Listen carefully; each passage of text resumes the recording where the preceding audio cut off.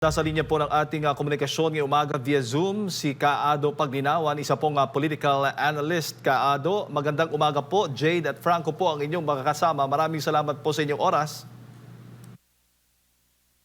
Magandang umaga sa inyong lahat mga kabansa. As usual, reporting for duty na naman tayo dito sa SMNI. Thank you, sir. Good morning to all. Yes po. At siyempre, ano ho ba ang masasabi po ninyo? Anong impact po nitong anti-corruption rally? 3 araw po ito ng ating mga kababayan, Kaado. Well, hindi pa natin makikita ang kabuuan nito kasi 3 days ito at nagbabadya na pagdating sa 18 ay wala nang uwian hanggat hindi raw nagre-resign ang Pangulo. So hindi natin maintindihan ito, no? Maraming pwedeng mangyari dito. Pero ang paghahanda ng sambayanan laban sa korupsyon at pagbuwag ng isang pamahalaan na walang transparency, no? Walang accountability. Yan ang lumalabas na kabuuan dito na ang tao ay hindi na papayag sa mga kabulastugan ng mga politiko. At maraming pwedeng puntahan ang usapin na ito at wag naman sana na ito ay makarating pa sa malawakang gulo. Dahil posible rin na dahil nagbabarikada, na the president is staging his own political barricade. Ika nga, this might protract to a failed state, no? Kasi wala nang papayag na magkaroon pa ng pagtutuloy ang kalakaran ganito. Kasi naging naging new normal na ang hindi lang korupsyon. Dati endemic lang eh. Opo. Dati nakatago eh. Ngayon ang malawakang pagnanakaw,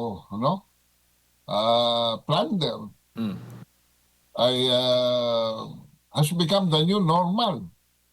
Incompetence also has become the new normal. So, and amidst this, we are under certain natural calamities pa. So, hindi na talaga uubra ang isang ay walang kakayahan, no? Na mamuno ang umupo pa dyan dahil klarong-klaro na after 3 years na zero accomplishment, maximum corruption. Opo. Kaado, ang paglabas ng recorded videos o pag-post po ni Zaldico ng mga recorded videos po niya na nagsisiwalat ng pagkakasangkot umano ni Pangulong Bongbong Marcos Jr. sa isyu po ng korupsyon. Ano ho ba ang inyong pananaw hinggil po dito?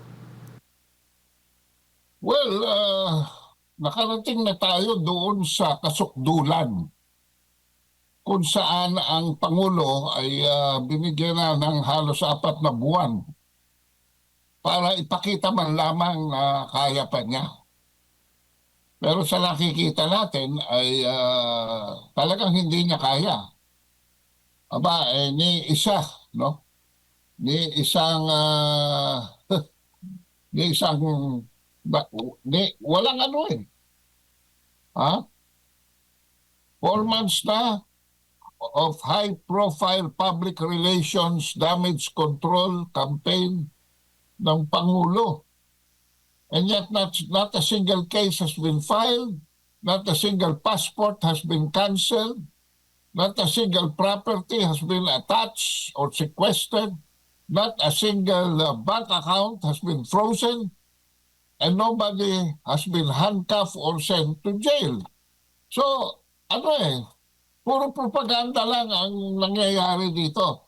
At bilog na Ilang beses pa ba tayong papayag na tayo mabudol? Yan ang naglalaro sa isip ng sambayanan, no?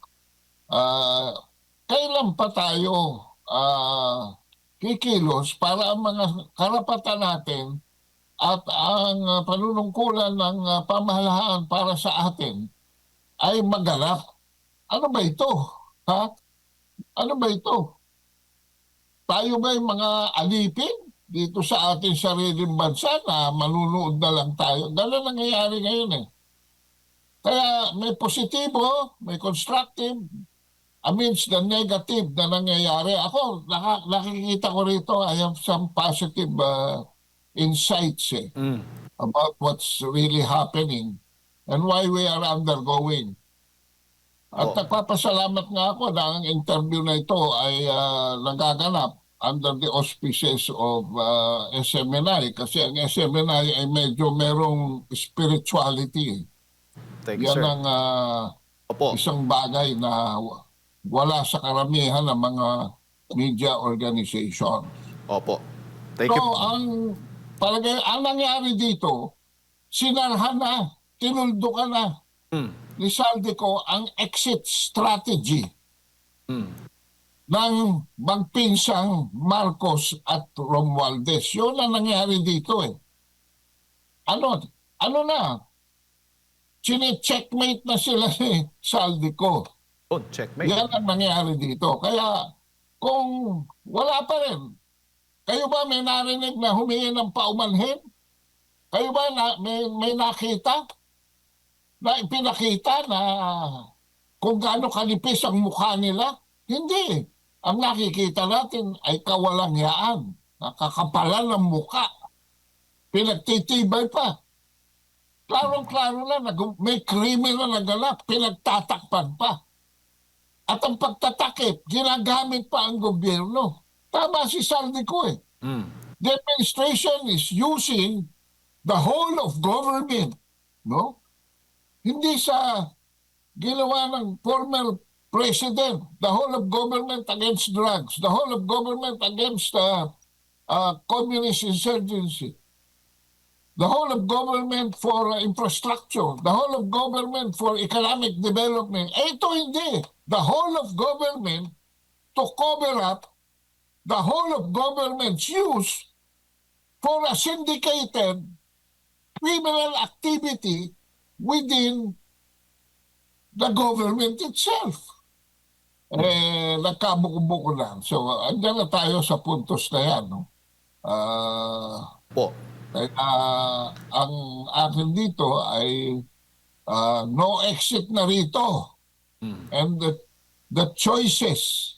You know, a month ago I was saying, habang ahead pa kayo, gumawa na kayo ng pagpapakumbaba kasi ang the Filipino is a very forgiving people. No? The Filipino is a very forgiving people. Mm-mm. So as far as a month ago I was saying, gumawa na sana si Marcos at si Romualdez ng atonement steps, no?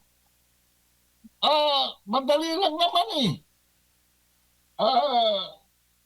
Retribution, restoration, ibabalik ang pera, positive steps. Kaso nga 4 months na wala pa nangyayari. So, ang pasensya ng bayan ay hindi ho pa ubos. Ubos na. Ubos na po, mga kabansa. Opo. So nakikita po ninyo ngayon, Kaado, tulad nga ng sabi mo, checkmate na ang administrasyon ngayon, lalo na ni Pangulong Bongbong Marcos Jr. Baga wala na po siyang magagawa dito sa paglabas ng mga pahayag ni Zaldico na inuugnay siya na umano'y kasabwat nga o sangkot sa korupsyon dito sa ating pamahalaan. Kaya ba nakikita ninyo, nagpapanik na ang gobyerno ngayon? Kaya minsan may mga balita tayong natatanggap, hindi na makatulog o nakakausap na niya yung kanyang ama, humihingi na siya ng mga abiso bawat gabi, bawat araw. Ganun po bang nakikita ninyo, Kaado, dito sa sitwasyon ngayon? ni Pangulong Bongbong Marcos Jr.? Makikita naman yan sa mga pahayag eh. Abay sila nakakatapakan na eh. Even kung susuriin yung mabuti, pati itong statement ni Amena Pangandaman is not really staged. No? She's not staging her statements to protect the president. She's staging her statements to protect herself. Ganyan na nangyari eh. Dahil ninombrahan siya ni Saldico eh. Alam nyo, ang lalim ng pagtatago nitong si Amena Pangandaman eh. Dapat ito ilagay sa sentro. Kasi nung panahon ni Duterte, na-fire out na ito. Tsaka si Ben Jokno, yung boyfriend niya, yung alleged boyfriend niya, di umano, ay tinanggal na ito ni Duterte dahil tinuro sila ni Congressman Andayan, chairman ng Appropriations Committee, if you remember, in discussing the 2019 national budget.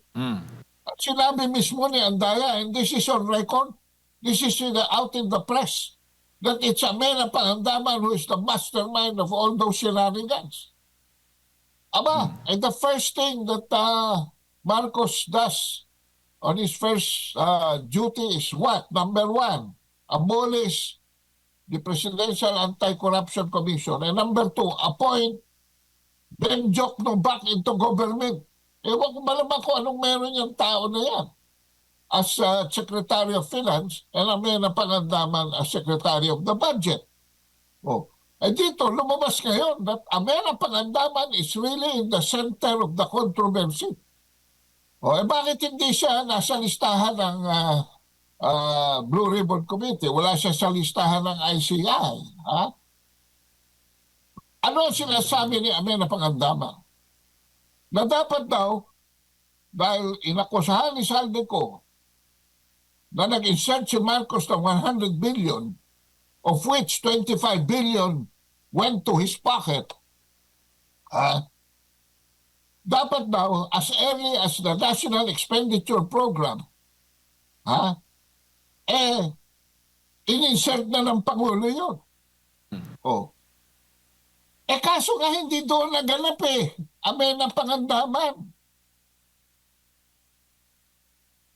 The budget process is transparent and still legal from the time the National Expenditure Program is submitted to both houses of Congress. At yan, pwede pa rin magkaroon ng amendments. Hindi insertions ang tawag dyan.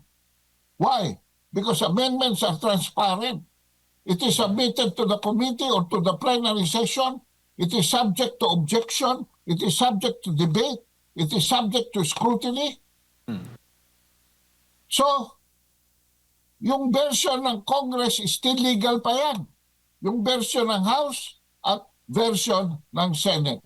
Saan nangyayari ang insertions? Sa BICAM daw. Pagdating na sa BICAM. Ang nangyari nga dito, hindi sa BICAM natapos. Kung natatandaan ninyo, isiniwalat ni Congressman Isidro Ungab na ang BICAM report was full of blanks. Blank At yan ay items. pinunuan sa deklarasyon ni Congressman Toby Chanco sa isang small committee. Yun. So, doon naganap ang krimen. Doon in-insert yung 100 billion. Pwede ba naman mag-insert ng 100 billion si Marcos doon sa net? Ano ang supporting papers? Anong justification? Pinasok mo sa DPWH yan. Itatago mo sa program funds. Sabi na nga ni Saldico, hindi pwedeng sobrahan ng higit pa sa appropriation ng Department of Education. So hindi tatanggapin sa NEP yan. Hindi rin tatanggapin sa congressional deliberations yan. Diyan lang pwede yan sa BICAM. Dahil kakaunti na sila. Wala na silang 30 dyan. At yung small committee yata, wala man lang 5. Opo. So, ang sinasabi ni Pangandaman is, this is beyond my control. I am out of this. But the president, ano nangyari? The president inserted it doon sa small committee. So, out siya. Ina-out niya sarili niya. Oh, ayan ang mga problema dito sa mga, ano eh, nag-defend. Oh, ano sabi ni, ni Dave Zamora? Ha? Oh, na, ano raw to? Hearsay. Hindi po hearsay ito. Kung meron mang isang tao na nakakaalam halos lahat ng detalya ukol sa budget process ng 2025, it was Saldico. He has personal knowledge. He is personally involved. He is legally culpable. And he is morally burdened by it. So, star witness, Mr. Zamora, itong si Saldico. And alam nyo, napaka-astute, napaka-intelligent, no? Kaya hindi nyo matatalo si Saldico dito. Because he is intelligent. Anong ginawa niya? Anong ginawa niya? Bukod sa nag-introduce siya ng issue na hindi na pag-uusapan, which is the 100 billion, kung saan nagkaroon daw ng di umano ng 25 billion si Pangulo, kinoroborate niya ang testimonya ni Bryce Hernandez, ni Henry Alcantara, and ultimately, Orly Gutesa. So, hindi na, alam mo, sinasabi nila kailangan daw under oath. No way! Saldico has no intention of entering the legal process here. Excuse me, ha?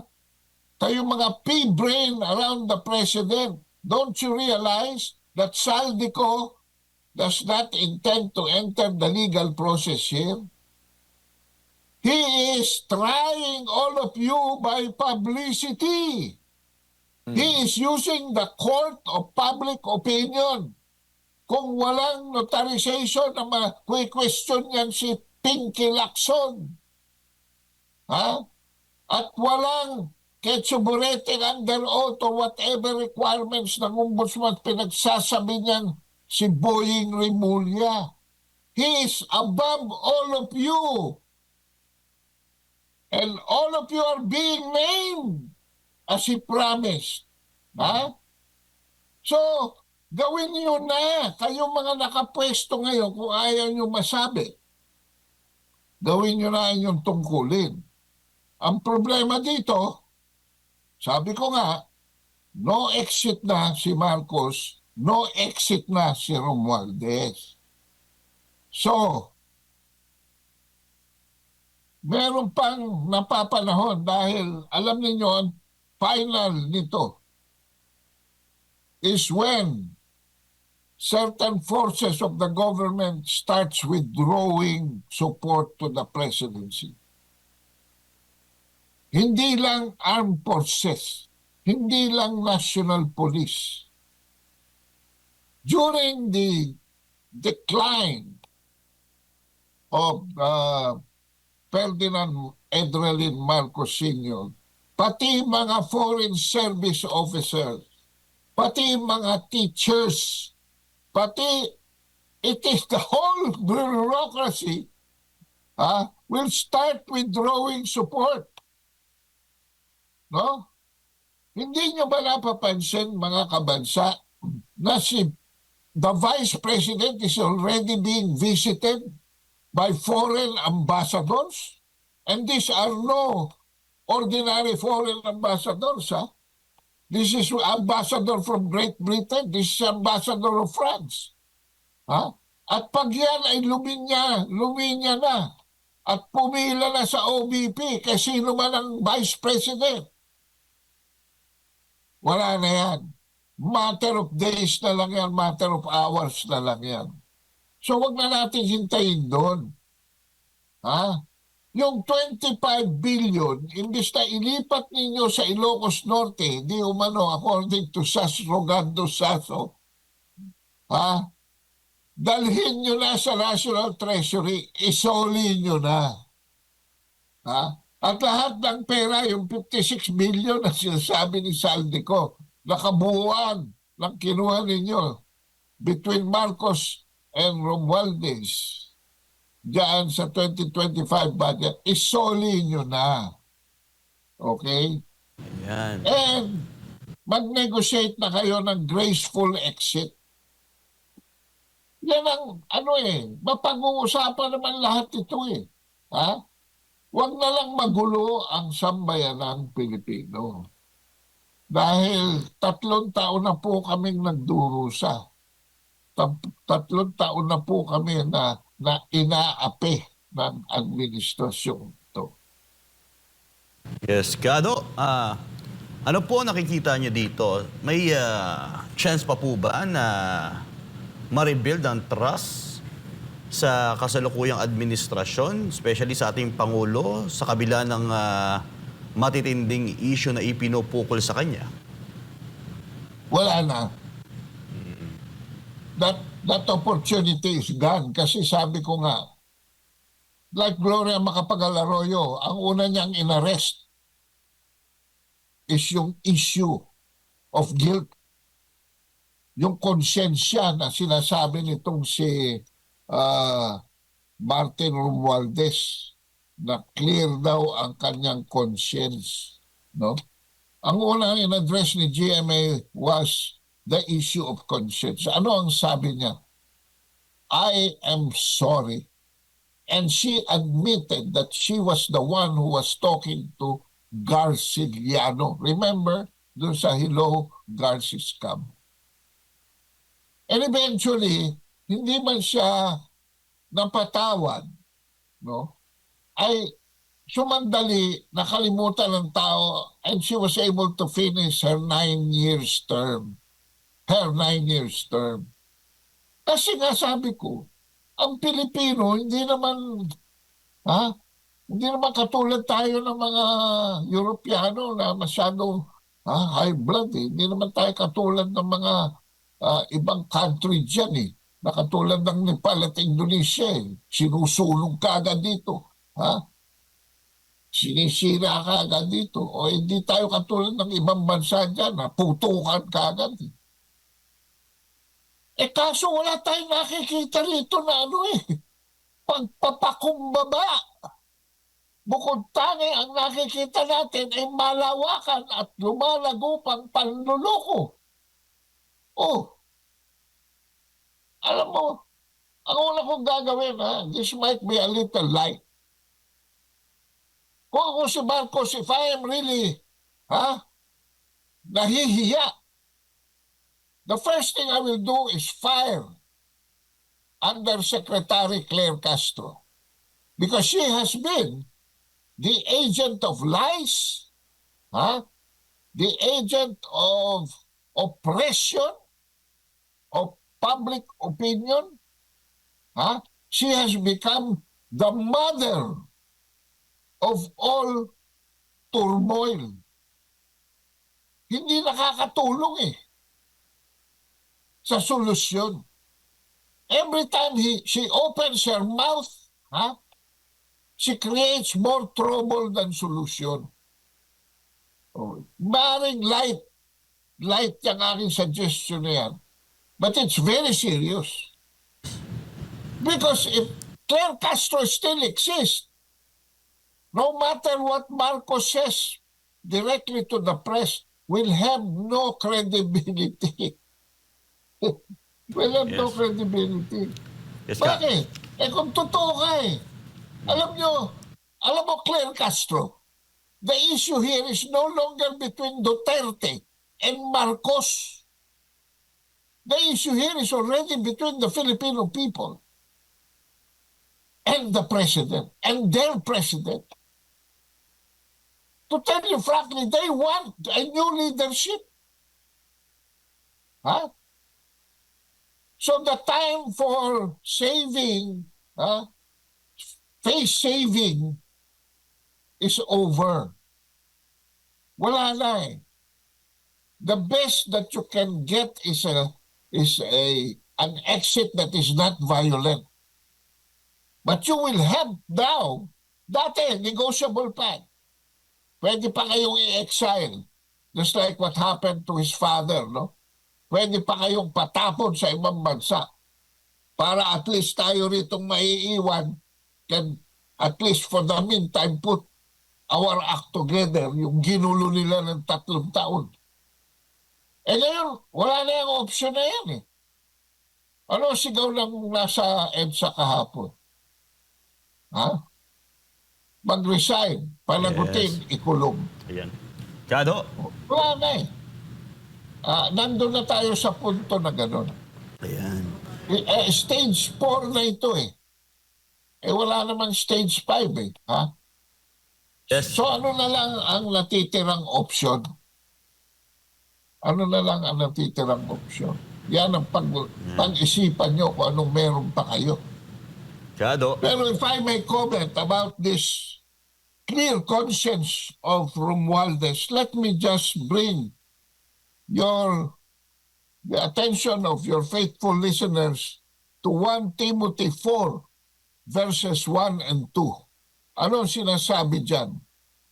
Now the Spirit expressly says that in later times, ito na tayo, today, these are later times, some will depart from the faith by devoting themselves to deceitful spirits and teachings of demons through the insincerity of liars whose consciences are seared.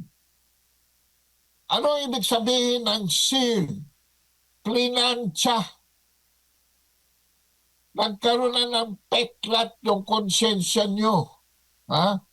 The metaphor refers to a state where a person's inner sense of right and wrong is dulled or hardened, making them insensitive to guilt or conviction. This occurs through consistent sin. O, 3 taon kayo na nag-i-insertion. Yes. And the disregard of one's conscience leading to a desensitization to moral paths. Yes. Yan ay.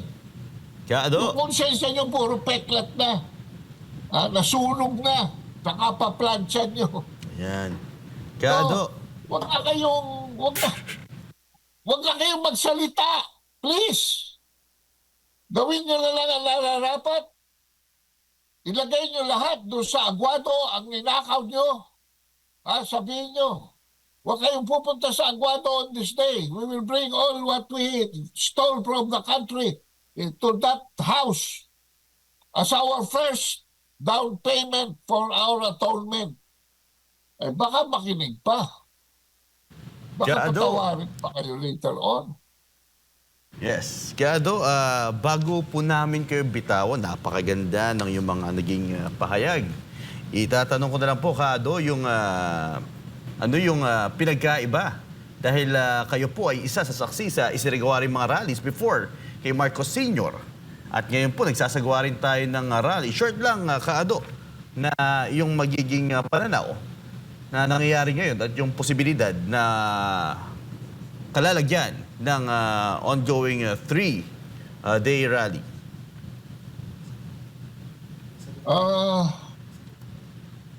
Kahapon, nagmarcha kami ni Ka Eric, ni Jean Paras, ni Ka Bentong, at iba pang mga kasama namin for a transparent, accountable, and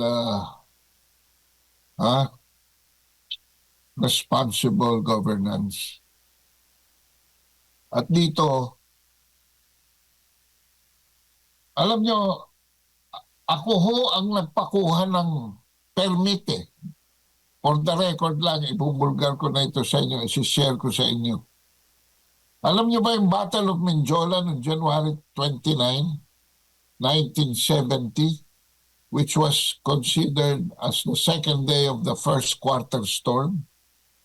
Ako po, in behalf of the College Editors Guild of the Philippines, being the outgoing president, inutusan ko po si Boboy Arao, si incoming president, at ang aming advisor na si Father Albano, David Albano,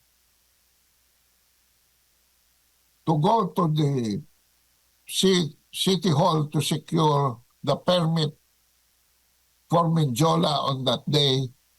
Bakit hindi ako pwede? Dahil po noong January 26 in front of the old legislative building, nung magputukan po, a ricochet bullet hit my foot. Yung isa, the police, yung isa, mabuti na lang ricochet dahil pumasok sa balat at kaunting laman pero hindi po sumabog sa aking buto. So I was injured. Yan po ay nasa record ng Senate investigation of the 2 unfortunate days when the first quarter storm was born. Pero eventually through history, ninakaw po sa amin ng mga komunista yung first quarter storm. Anyway, that is all history. Yes, But yesterday, para akong na-deja vu while I was walking from Robinson Galleria to the EDSA Monument. Yan. Bakit? Na-remind po ako na nung unang araw, kami ang mga unang nagresponde sa People Power Call ni Cardinal Sin. Pero ako'y nalungkot na wala na po si Cardinal Sin. Ito po ang unang araw, mga kabansa. Yes. Ang nakikita ko po dito, ang options ng ating Kado. bansa ay panipis na ng panipis. At kailangan talaga na umaksyon na tayo. Bakit po? 56% po ng ating sambayanan ang nagko-consider na our most urgent national concern is inflation, in other words, economy. At 51% naman po corruption. Yan. Hindi na po biro dahil noong 2004 nakaraang taon, bumagsak po ang ating target sa turismo. Hindi natin naabot. We were short by 25%. Ang ating trade ngayon is burdened by a 19% tariff imposed by the United States, who is one of the top 3 importing countries from the Philippines. Natin. Yan. Ang ating pong peso to the dollar, 59 na po. 45% po ang ibinagsak ng foreign direct investments mula noong Agosto. At ang ating pong stock market is the worst performing in the world. Yes, verse talaga, Kaado. Kaya, Sabi, 5 trillion ang nawala since December 2024. At ang forecast natin na dapat ay nasa 6% sa ating gross domestic product is now down, binaba na po ng World Bank sa 3.2% for this year. And next year, we are looking at, sabi nga ni Senator Marcoleta sa rally kahapon sa Luneta, 6.7 trillion ang ating budget, pero 4.9 trillion lang ang mapuproduce natin sa revenue. In other words, Yes. mga kabansa, Kaado, gusto pa man natin na ipagpatuloy ang ating... uutang tayo ng 1.7 trillion. Yan ang problema. So, paano pala? Gusto ba natin accommodate si Bongbong Marcos? Paano pa? Wala nang lugar sa ating konsensya. Wala nang lugar sa ating kaisipan. Wala nang lugar sa ating sikmura. Kaya nga. Tatlo na lamang ang options dito. Unang-una, mag-resign siya and Dapat let mag-resign. the duly elected Vice President take over peacefully. Katulad nung nangyari kay Iraq Yes. noong 2001. Correct. Kasi number 2, pag hindi siya nag-resign, the protest might grow into civil disobedience and the country's economy will make a free fall. Kaya dapat So, pigilan na lang talaga, ang Kado. option? I am sorry to say this on radio. Mr. President, suicide is also an option. So, mamili na kayo kung anong gusto nyo, mga kabansa. Yes. Po. Kado, Yan. maraming salamat po sa inyo pong oras at sa pagbibigay po ninyo ng impormasyon na ngayong umaga. Ingat po kayo, Kaado. Ayun po mga... Maraming salamat po. Yes po. Mga kababayan, si Kaado Paglinawan, isa pong political analyst ang ating nakasama ngayong umaga.